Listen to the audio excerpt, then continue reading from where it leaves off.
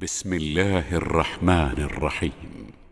ولما جاءت رسلنا إبراهيم بالبشرى قالوا إنا مهلكو أهل هذه القرية إن أهلها كانوا ظالمين قال إن فيها لوطا قالوا نحن أعلم بمن فيها لننجينه وأهله إلا امرأته كانت من الغابرين.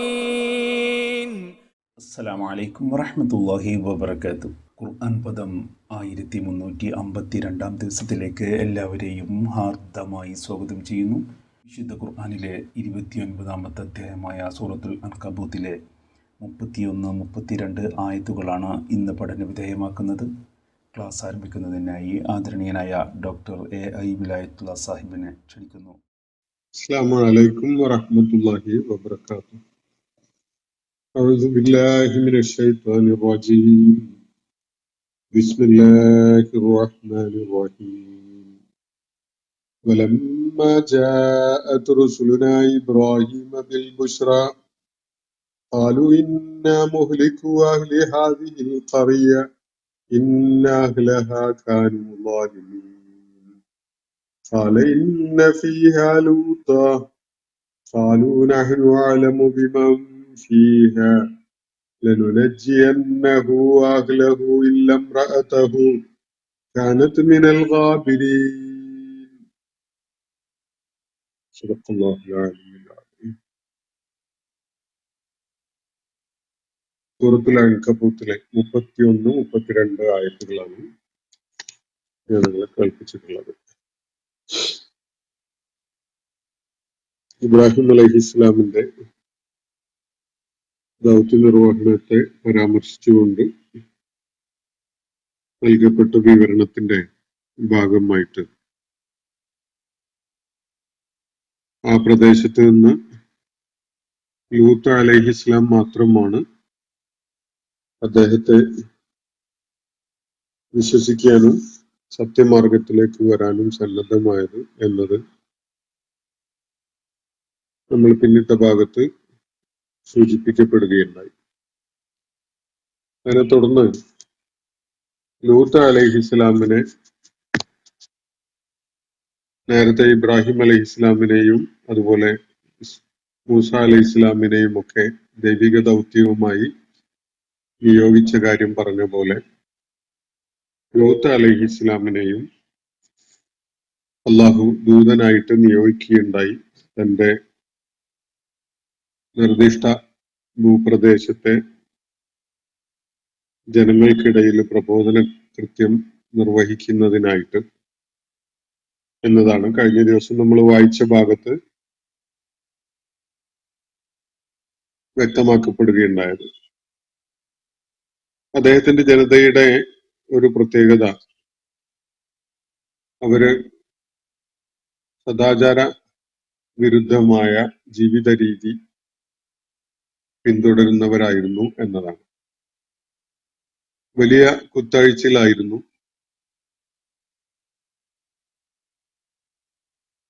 ധാർമ്മിക വിരുദ്ധമായ ജീവിത രീതി പിന്തുടരുന്ന മ്ലേച്ഛവൃത്തികളിൽ നിർലജ്ജം ഏർപ്പെട്ടുകൊണ്ടിരിക്കുന്ന, വളരെ പരസ്യമായി തന്നെ വൃത്തികേടുകളിൽ ഏർപ്പെട്ടുകൊണ്ടിരിക്കുന്ന ഒരു നിർലജ്ജത ഉണ്ടാക്കിയെടുത്ത ഒരു സമൂഹമായിരുന്നു അവര് എന്നതാണ് ഖുർആൻ നൽകുന്ന സൂചന. അവർക്ക് മുമ്പ് ഒരു സമൂഹവും ചെയ്തിട്ടുണ്ടായിരുന്നില്ലാത്ത വിധത്തിലുള്ള പല അധാർമികതയുമാണ് ഈ സമൂഹം ചെയ്യുകയുണ്ടായത്. അവര് സ്വാഭാവികമായ മനുഷ്യബന്ധങ്ങളുടെ അടിത്തറ തന്നെ തകർത്തു കളയുന്ന വിധത്തില് ലൈംഗികാസക്തി പൂർത്തീകരിക്കുന്നതിന് വേണ്ടി ആണുങ്ങളെ തന്നെ സമീപിക്കുന്ന അതുപോലെ വഴി മുറിച്ചു കളയുന്ന, നിർലജ്ജമായി അവരുടെ ഒത്തുചേരൽ കേന്ദ്രങ്ങളിൽ ഫാഹിഷത്തും മുൻകറും ഒക്കെ ചെയ്തുകൊണ്ടിരിക്കുന്ന ആളുകളായിട്ടാണ് കഴിഞ്ഞിരുന്നത്. അവരെ ഗുണദോഷിക്കാനും അവരെ നന്മയുടെയും ധാർമ്മികതയുടെയും വഴിയിലേക്ക് തിരികെ കൊണ്ടുവരാനും ലൂത്ത് അലൈഹിസ്സലാം അള്ളാഹുവിന്റെ നിർദ്ദേശപ്രകാരം നിരന്തരമായിട്ട് ശ്രമിച്ചുവെങ്കിലും അവര് അദ്ദേഹത്തെ തള്ളിക്കളയുകയും അവർക്ക് താക്കീതായി അറിയിക്കപ്പെട്ട കാര്യം, ദൈവിക ശിക്ഷ, അത് അങ്ങ് വന്നോട്ടെ എന്ന നിലക്ക് ധാർഷ്ട്യത്തോടുകൂടി സംസാരിക്കുകയൊക്കെയാണ് അവർ ചെയ്തിട്ടുണ്ടായിരുന്നത്. അള്ളാഹുവിന്റെ ശിക്ഷ വരും എന്ന ഭീഷണിയാണ് നീ മുഴക്കുന്നതെങ്കിൽ അദാബില്ല, നീ ആ ശിക്ഷ ഞങ്ങളിലേക്ക് ഇങ്ങ് കൊണ്ടുവന്നേക്ക് എന്നൊക്കെയാണ് അവര് യാതൊരു ഭയാശങ്കയും കൂടാതെ തന്നെ വളരെ ബുദ്ധിശൂന്യമായ നിലക്ക് ആ ആളുകൾ പറയുകയുണ്ടായി. ലൂത്ത് അലൈഹി ഇസ്ലാമിനെ സംബന്ധിച്ചിടത്തോളം ഈ കുഴപ്പകാരികളായ, അരാജകത്വം സൃഷ്ടിച്ചുകൊണ്ടിരിക്കുന്ന, അധാർമികതയുടെ വിളയാട്ടത്തിന്റെ ആളുകളായ ഈ സമൂഹത്തിനെതിരിൽ തന്നെ സഹായിക്കണമേ എന്ന് അള്ളാഹുവിനോട് പ്രാർത്ഥിക്കുകയല്ലാത്ത വേറെ വഴിയൊന്നും ലൂത്ത് അലൈഹി ഇസ്ലാമിന്റെ മുന്നിലുണ്ടായിരുന്നില്ല. കഴിഞ്ഞ ദിവസം നമ്മൾ വായിച്ച ഭാഗത്ത് വിവരിക്കപ്പെട്ടത് ഈ കാര്യമാണ്. അതിനെ തുടർന്ന് എന്ത് സംഭവിച്ചു എന്നാണ് ഇന്ന് നമ്മൾ വായിച്ചു വെച്ച ആയത്തുകളിൽ അള്ളാഹു വ്യക്തമാക്കുന്നത്. വലമ്മ ജാഅത്ത് റുസുലുന ഇബ്രാഹിമ ബിൽ ബുശ്ര, ഇബ്രാഹിമിനെ നമ്മുടെ ദൂതന്മാർ സന്തോഷവൃത്താന്തവുമായിട്ട് സമീപിച്ചപ്പോ, ഇബ്രാഹിം അലൈഹി ഇസ്ലാമിന്റെ അടുക്കലാണ് ലൂത്ത് അലൈഹി ഇസ്ലാമിന്റെ നാട്ടിലേക്ക് അവരുടെ കാര്യത്തിൽ ചില നടപടികൾ സ്വീകരിക്കാൻ വേണ്ടി അള്ളാഹു നിയോഗിച്ച് അയച്ച മലക്കുകൾ ആദ്യം എത്തുന്നത് ഇബ്രാഹിം അലൈഹി ഇസ്ലാമിന്റെ അടുക്കലാണ്. നമ്മൾ നേരത്തെ കണ്ടു, ഇറാഖ്, ബാബിലോണിയയിലെ ഊർ പ്രദേശത്ത്, ഇറാഖിന്റെ ഭാഗമായിട്ടുള്ള പ്രദേശത്ത് നിന്ന് അവിടുത്തെ ആളുകള് സത്യമാർഗം ഉൾക്കൊള്ളാൻ സന്നദ്ധരാകാതെ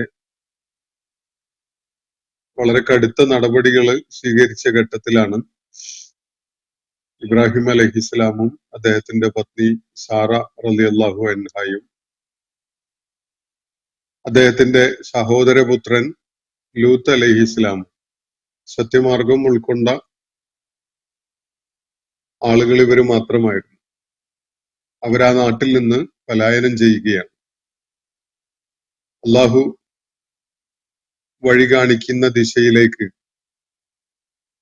എന്ന് ഉദ്ദേശിച്ചുകൊണ്ട് എങ്ങോട്ടായാലും അള്ളാഹു നയിക്കുന്നിടത്തേക്ക് എന്ന നിലക്ക് നാട് ഉപേക്ഷിച്ച് നാട്ടിലെ ഈ അക്രമകാരികളായ ആളുകളെ പുറകിൽ വിട്ടുകൊണ്ട് അവരാ നാട് ഉപേക്ഷിച്ച് പോവുകയാണ്. അങ്ങനെ അവരെത്തുന്നത് ഇബ്രാഹിം അലൈഹി ഇസ്ലാം തന്റെ താവളമായി, തന്റെ ആസ്ഥാനമായി സ്വീകരിക്കുന്നത് ഫലസ്തീൻ ആസ്ഥാനമായുള്ള പ്രദേശങ്ങളാണ്. അതിൽ തന്നെ ചരിത്രപരമായി ഇന്നത്തെ ഫലസ്തീന്റെ ഭാഗമായ ഹെബ്രോൺ പട്ടണത്തിലാണ് ഇബ്രാഹിം അലൈഹി ഇസ്ലാം എത്തിച്ചേരുന്നത്. ഈ പ്രദേശം അൽ ഖലീൽ എന്ന പേരിലാണ് ഇന്ന് അറിയപ്പെടുന്നത്. ഈ ഹെബ്രോൺ പട്ടണത്തില് ഇബ്രാഹിം അലൈഹി ഇസ്ലാം തന്റെ ദൗത്യം നിർവഹിച്ചുകൊണ്ടിരിക്കുന്ന ഘട്ടത്തില് ലൂത്ത് അലൈഹി ഇസ്ലാം നിയുക്തനാകുന്നത് ഹെബ്രോണിലെ പർവ്വത നിരകളിൽ നിന്ന് നോക്കിയാൽ കാണുന്ന അകലത്തില് ഇന്ന് കടലിനടിയിലായിട്ട് സ്ഥിതി ചെയ്യുന്ന ചില ഭൂപ്രദേശങ്ങളിലേക്കാണ്. സൊഡോം, ഗൊമോറ എന്നീ പേരുകളിൽ അറിയപ്പെടുന്ന ഗ്രാമങ്ങൾ അല്ലെങ്കിൽ പ്രദേശങ്ങൾ. ചാവുകടല് ഒരു പ്രത്യേക ഘട്ടത്തില് അങ്ങോട്ട് വ്യാപിക്കുകയും ആ പ്രദേശങ്ങള് കടലിനടിയിൽ അകപ്പെടുകയും ചെയ്ത ഒരു ചരിത്രമാണ് അതിനുള്ളത്. ഈ പ്രദേശത്താണ് ലൂത്ത് അലൈഹിസ്സലാം ദൗത്യം നിർവഹിക്കാൻ വേണ്ടി നിയോഗിക്കപ്പെടുന്നത്. ഇബ്രാഹിം അലൈഹിസ്സലാം ആസ്ഥാനമായി സ്വീകരിച്ചിരുന്ന അൽ ഖലീൽ പട്ടണം അല്ലെങ്കിൽ ഹെബ്രോൺ, ആ പട്ടണത്തിൽ നിന്ന് വളരെയൊന്നും അകലെ ആയിരുന്നില്ല. ഈ ഹെബ്രോൺ പട്ടണത്തിന്റെ പർവ്വതങ്ങളുടെ മുകളിൽ നിന്ന് നോക്കിയാൽ കാണാവുന്ന അകലത്തില് ഡെഡ് സീയുടെ അടിയിലായിട്ട് കിടക്കുന്ന പ്രദേശങ്ങളാണ് ലൂത്ത് അലൈഹി ഇസ്ലാമിന്റെ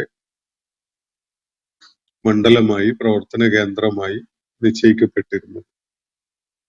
അപ്പൊ ഇവിടെ മലക്കുകൾ, അള്ളാഹുവിന്റെ ചില നടപടിക്രമങ്ങൾ നടപ്പിലാക്കുന്നതിനായിട്ട് നിയോഗിക്കപ്പെട്ട മലക്കുകൾ, അള്ളാഹുവിന്റെ ദൂതന്മാർ, അവരാദ്യം ഇബ്രാഹിം അലൈഹി ഇസ്ലാമിന്റെ അടുക്കലാണ് എത്തുന്നത്. ഇബ്രാഹിം അലൈഹി ഇസ്ലാം അവരെ മനുഷ്യരായി മനസ്സിലാക്കിയിട്ട് ആ ഒരു തെറ്റിദ്ധാരണയിലാണ് അവരെ തുടക്കത്തിൽ സ്വീകരിക്കുന്നത്. അവർക്ക് വേണ്ടി നല്ല ഭക്ഷണമൊക്കെ തയ്യാറാക്കി അവരുടെ മുന്നിൽ കൊണ്ടുവന്നു വെക്കുകയും അവര് അതിലേക്ക് കൈ നീട്ടാതെ ഇരിക്കുന്ന ഒരു കാഴ്ച ഒക്കെയാണ് അവർക്ക് ഇബ്രാഹിം അലൈഹി ഇസ്ലാമിന് അനുഭവപ്പെടുന്നത്. വലമ്മ ജാഅത്ത് റുസുലുന ഇബ്രാഹിമ ബിൽ ബുഷ്റ. അപ്പൊ നമ്മുടെ ദൂതന്മാർ ഇബ്രാഹിം അലൈഹി ഇസ്ലാമിന്റെ അടുക്കല് സന്തോഷവൃത്താന്തവുമായിട്ട് എത്തിയപ്പോൾ ഇബ്രാഹിം അലൈഹി ഇസ്ലാം ആ ഘട്ടത്തില് സാറയോടൊപ്പം ഫലസ്തീനിൽ കഴിയുന്ന സന്ദർഭത്തില് ഇബ്രാഹിം അലൈഹി ഇസ്ലാമിന് ഒരു സന്തോഷ വാർത്തയുമായിട്ടാണ് മലക്കുകൾ എത്തുന്നത്. സാറയിൽ ഇബ്രാഹിം അലൈഹി ഇസ്ലാമിനൊരു പുത്രൻ ഉണ്ടാകാൻ പോകുന്നു എന്നതായിരുന്നു ആ സന്തോഷ വാർത്ത.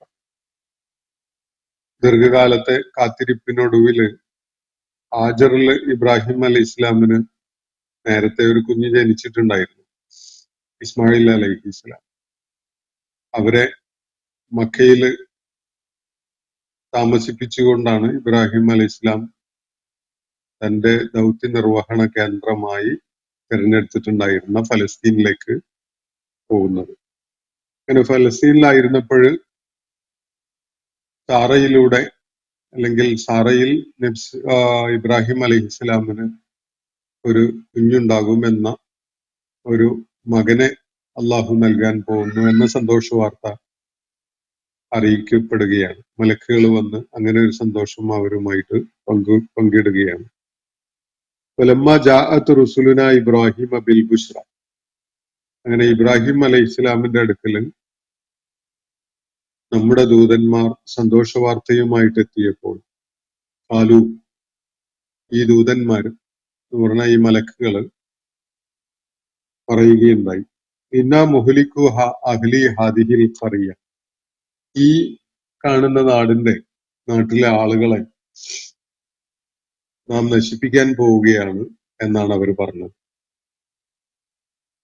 അപ്പൊ അൽ ഖലീൽ പ്രദേശത്ത് നിന്ന് ചൂണ്ടിക്കാണിക്കാൻ കഴിയുന്ന വിധത്തിൽ അത്രയും സമീപസ്ഥമായിട്ടുണ്ടായിരുന്ന ലൂത്ത് അലൈഹി ഇസ്ലാമിന്റെ പ്രദേശങ്ങളെ ചൂണ്ടിക്കാണിച്ചുകൊണ്ട് മലക്കുകൾ പറയുന്ന കാര്യമാണിത്. ഇന്നാ മുഹ്ലിക്കു അഹ്ലി ഹാദിഹിൽ ഖറിയ. ഈ സന്ദർഭം വിശുദ്ധ ഖുർആനിൽ പലയിടത്തും വ്യത്യസ്തമായ വിശദാംശങ്ങളോടുകൂടി വിവരിക്കുന്നുണ്ട്. അതിൽ ഇവിടെ പറയുന്ന കാര്യങ്ങൾ ഇതൊക്കെയാണ് എന്നതാണ്. ഇന്നാ മുഹ്ലിക്കു അഹ്ലി ഹാദിഹിൽ ഖറിയ. ഈ നാട്ടിലെ ആളുകളെ നാം നശിപ്പിക്കാൻ പോവുകയാണ് എന്നാണ് ദൈവിക നിർദ്ദേശവുമായിട്ട് വന്ന മലക്കുകൾ, ദൂതന്മാർ ഇബ്രാഹിം അലൈഹി ഇസ്ലാമിനെ അറിയിക്കുന്നത്. ഇന്ന അഹ്ലഹ കാനു ളാലിമീൻ. വല്ലാത്ത അതിക്രമകാരികളായി മാറിയിരിക്കുകയാണ് ഈ നാട്ടിലെ ആളുകൾ. അതുകൊണ്ട് ഈ നാട്ടിലെ ആളുകളെ നാം നശിപ്പിക്കാൻ പോവുകയാണ് എന്നാണ് മലക്കുകൾ അറിയിക്കുന്നത്. അള്ളാഹു ചുമതലപ്പെടുത്തിയ വിധത്തിലുള്ള ഒരു സന്ദേശം അറിയിക്കലാണ് ഇവിടെ നടക്കുന്നത്. തുടക്കത്തിൽ ഇബ്രാഹിം അലൈഹി ഇസ്ലാമിന് അത് താൻ അധിവസിക്കുന്ന ഭൂപ്രദേശത്തെ ആളുകൾക്ക് എതിരിലുള്ള വല്ല നടപടിയും ആകുമോ എന്നൊരു ഭയമൊക്കെ ഉണ്ടായിരുന്നു.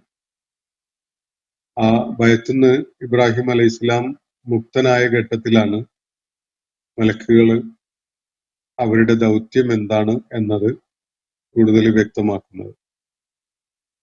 അപ്പോ ഇബ്രാഹിം അലൈഹിസ്സലാമിന് മനസ്സിലാക്കാൻ പറ്റുന്ന വിധത്തിലുള്ള ഒരു ശരീരഭാഷ കൂടി സ്വീകരിച്ചുകൊണ്ടായിരിക്കണം മലക്കുകൾ പറയുന്നത്, ഈ നാട്ടിലെ ആളുകൾ വലിയ ലാലിമുകളായി മാറിയിട്ടുണ്ട്, അതുകൊണ്ട് നാം അവരെ നശിപ്പിക്കാൻ പോവുകയാണ് എന്ന്.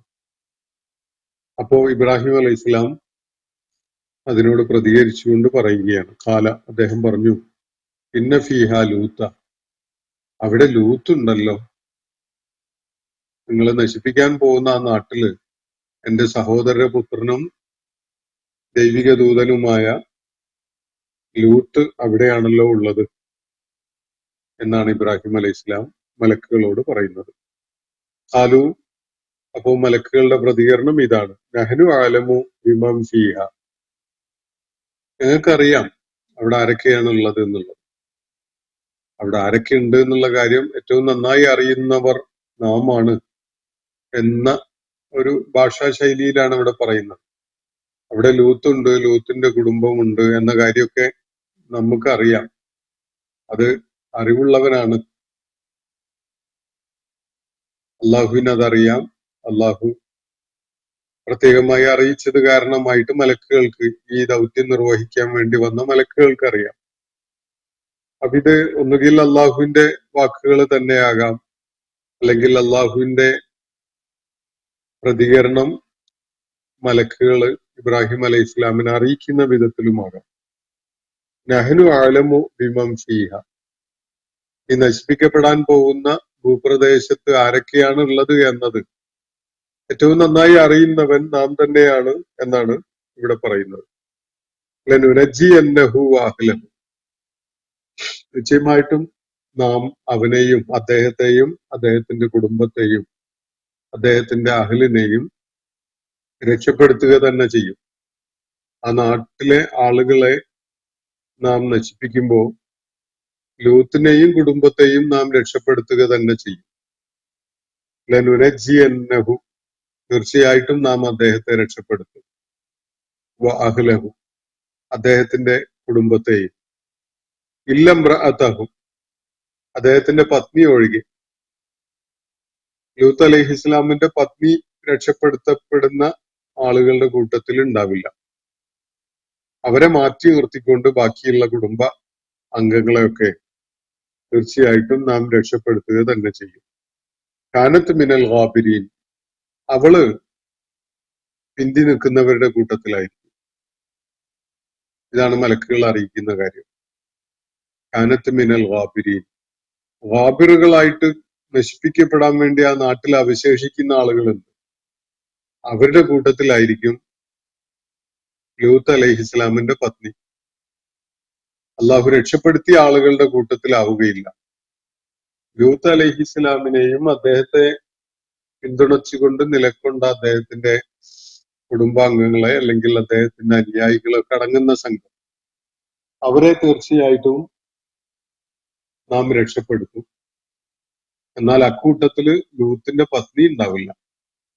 ലൂത്തിന്റെ പത്നി ആ നാടിനെ അള്ളാഹു നശിപ്പിക്കുമ്പോ അതില് പെട്ടുപോകേണ്ട അള്ളാഹു നിശ്ചയിച്ച ആളുകളുണ്ട്, അവരാണ് ഗാബിറുകൾ.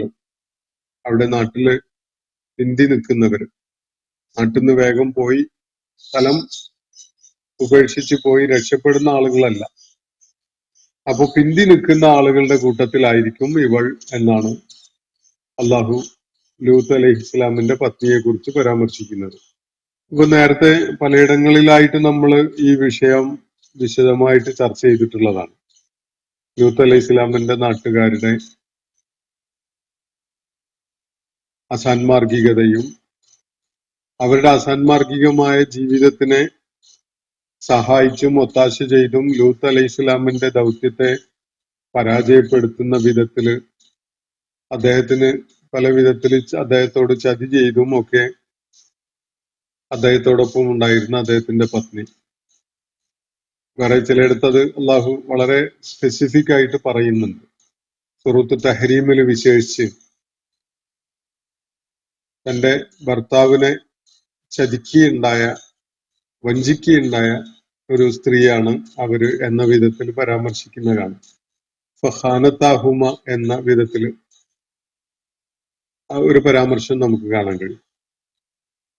അപ്പോൾ ലൂത്ത് അലൈഹിസ്സലാമിന്റെ അള്ളാഹുവിന്റെ ഒരു പ്രവാചകന്റെ പത്നിയായിട്ട് പോലും സത്യമാർഗം സ്വീകരിക്കാനോ ജീവിത വിജയം കൈവരിക്കാനോ കഴിയാതെ പോയ ഒരു സ്ത്രീയാണ് ഇവിടെ പരാമർശിക്കപ്പെട്ട ലൂത്ത് അലൈഹി ഇസ്ലാമിന്റെ ഭാര്യ. അള്ളാഹുവിന്റെ ശിക്ഷാ നടപടി ആ നാട്ടുകാരുടെ മേൽ നടപ്പിലാക്കപ്പെടുന്ന ഘട്ടത്തില് ലൂത്ത് അലൈഹി ഇസ്ലാമിനെയും അദ്ദേഹത്തോടൊപ്പം നിലകൊണ്ട ആളുകളെയും അള്ളാഹു രക്ഷപ്പെടുത്തുകയാണ്. പക്ഷെ ഈ സ്ത്രീക്ക് ആ വിധത്തില് രക്ഷപ്പെടാൻ സാധിക്കുകയില്ല. അവര് നാട്ടിൽ പിന്തി നിൽക്കുന്ന ആളുകളുടെ കൂട്ടത്തിലായിരിക്കും ഉണ്ടാവുക, നശിപ്പിക്കപ്പെടേണ്ട ആളുകളുടെ കൂട്ടത്തിലായിരിക്കും ഉണ്ടാവുക എന്നാണ് ഇവിടെ അള്ളാഹു വ്യക്തമാക്കുന്നത്. ബൈബിളിന്റെ വിവരണങ്ങളില് എന്തൊക്കെ ദ്രോഹങ്ങളാണ് ഈ സ്ത്രീ ചെയ്തിട്ടുള്ളത് എന്നത് കുറെ വിശദാംശങ്ങളൊക്കെ നൽകപ്പെടുന്നത് കാണാം. സുവർഗരതി ഇഷ്ടപ്പെട്ടിരുന്ന ആ ആളുകൾക്ക് കണ്ണുകൾക്ക് ഇമ്പമുണ്ടാക്കിയിരുന്ന ശാരീരികമായ സൗകുമാര്യമുണ്ടായ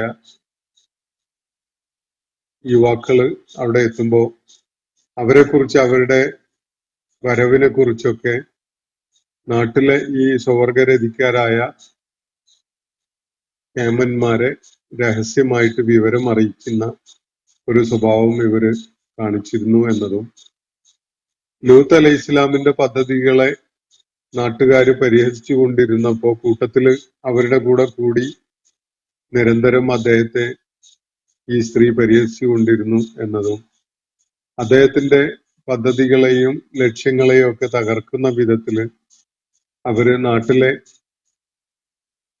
ഈ വൃത്തികേടുകൾ ചെയ്തുകൊണ്ട് ജീവിച്ചിരുന്ന നാട്ടിലെ പ്രമാണിമാരായ തലയെടുപ്പുള്ള ആളുകളുടെ അവർക്ക് ഒത്താശ ചെയ്തു കൊടുത്തുകൊണ്ട് അവരോടൊപ്പം അവർക്ക് ഉപകരിക്കുന്ന വിധത്തിലാണ് ഈ സ്ത്രീ പ്രവർത്തിക്കുകയുണ്ടായത് എന്നൊക്കെ അതിന്റെ ധാരാളം വിശദാംശങ്ങൾ, പ്രത്യേകിച്ച് ശിക്ഷ നടപ്പിലാക്കപ്പെട്ട സമയത്ത് ആ പ്രദേശത്ത് തന്നെ തങ്ങുകയായിരുന്ന ആ സ്ത്രീ ഉപ്പിന്റെ രൂപമായി മാറി എന്നൊക്കെയുള്ള വിവരണങ്ങൾ കാണാം.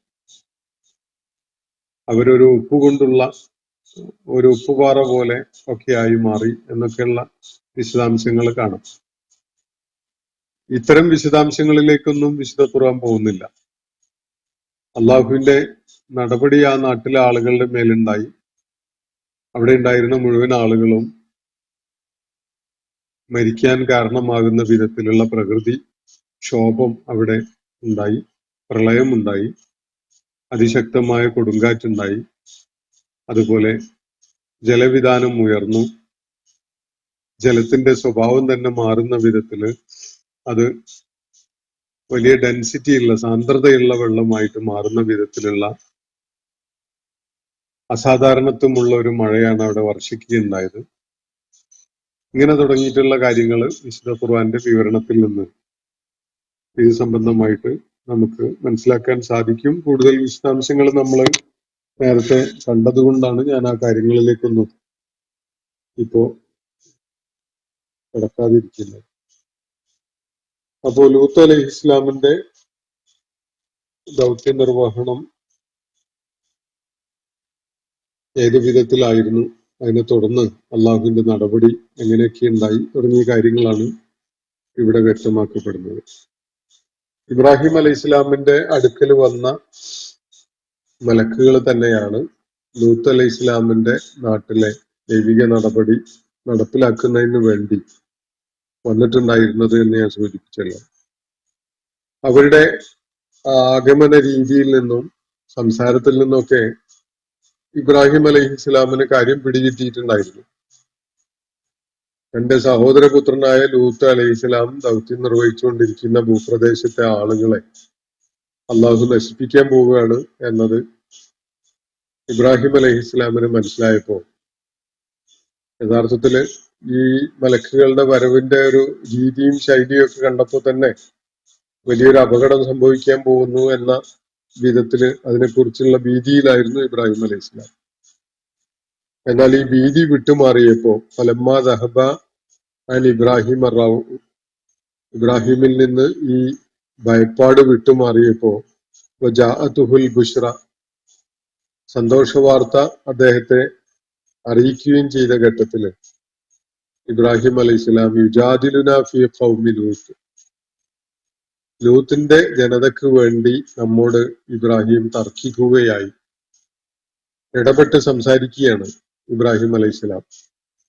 ലൂത്ത് അലൈഹിസ്സലാമിന്റെ ജനതയെ നശിപ്പിക്കുന്നതിനെതിരിൽ നീ അവരുടെ മേൽ ഇപ്പോ ശിക്ഷ ഇറക്കരുത്, അവർക്ക് അല്പം കൂടി സമയം കൊടുക്കണം എന്നൊക്കെ പറഞ്ഞുകൊണ്ട് ഇബ്രാഹിം അലൈഹിസ്സലാം അള്ളാഹുവിനോട് കെഞ്ചിക്കാണ് പറഞ്ഞുകൊണ്ടിരുന്നു എന്നാണ് ഖുർആൻ ഇവിടെ സൂചിപ്പിക്കുന്നത്. പിന്നെ ഇബ്രാഹിം അല ഹലീമുൻ അവ്വാഹുൻ മുനീബ് എന്നാണ് അള്ളാഹു തുറന്നു പറയുന്നത്. ഇബ്രാഹിം വലിയ സഹനമുള്ള, അള്ളാഹുലേക്ക് ആവർത്തിച്ച് പശ്ചാത്തപിച്ച് മടങ്ങുന്ന, അള്ളാഹുവിനോട് വിനയവും അതുപോലെ അള്ളാഹുവിലേക്കുള്ള തിരിച്ചുവരവും ഒക്കെ നിരന്തരം പ്രകടിപ്പിച്ചുകൊണ്ടിരിക്കുന്ന ഒരാളായിരുന്നു ഇബ്രാഹിം അലൈഹിസ്സലാം എന്നുകൂടി അള്ളാഹു ഇവിടെ പറയുകയാണ്. ഇബ്രാഹിം അലൈഹിസ്സലാമിന് ലൂത്ത് അലൈഹിസ്സലാമിന്റെ ജനതയോട് വല്ലാത്ത അലിവും ആർദ്രതയും ഒക്കെയാണ് അനുഭവപ്പെടുന്നത്. അത് കാരണമായി ഇബ്രാഹിം അലൈഹിസ്സലാം അള്ളാഹുവിനോട് തർക്കിച്ചു നോക്കുകയാണ് ലൂത്ത് അലൈഹിസ്സലാമിന്റെ ജനതയ്ക്ക് വേണ്ടി, അവരെ ഏതെങ്കിലും വിധത്തിൽ രക്ഷപ്പെടുത്തണം എന്ന ഉദ്ദേശത്തോടെ. എന്നാൽ അള്ളാഹു അതിന് നൽകുന്ന മറുപടി, യാ ഇബ്രാഹിം ആയിരുന്നാഹാദ, ഇബ്രാഹിം ഈ കൂട്ടരെ വിട്ടേക്ക്, അവരുടെ കാര്യത്തിൽ നീ വെറുതെ ഇടപെടേണ്ടതില്ല. ഇന്നഹു ഖദ് ജാഅ അംറു റബ്ബിക, ഇവരുടെ കാര്യത്തിൽ തീർച്ചയായിട്ടും നിന്റെ റബ്ബിന്റെ കൽപ്പന വന്നു കഴിഞ്ഞു. വൈന്നഹും ആതിഹിം അദാബുൻ ഗൈറു മർദൂദ്, തടുത്തു നിർത്താൻ കഴിയാത്ത വിധത്തിലുള്ള ശിക്ഷയാണ് അവരെ തേടി എത്തിയിരിക്കുന്നത്. ഇനി യാതൊന്നും അവരുടെ കാര്യത്തിൽ ചെയ്യാൻ ബാക്കിയില്ല. അവർക്ക് സമയം തുടർന്നും അനുവദിക്കപ്പെടുന്നതല്ല.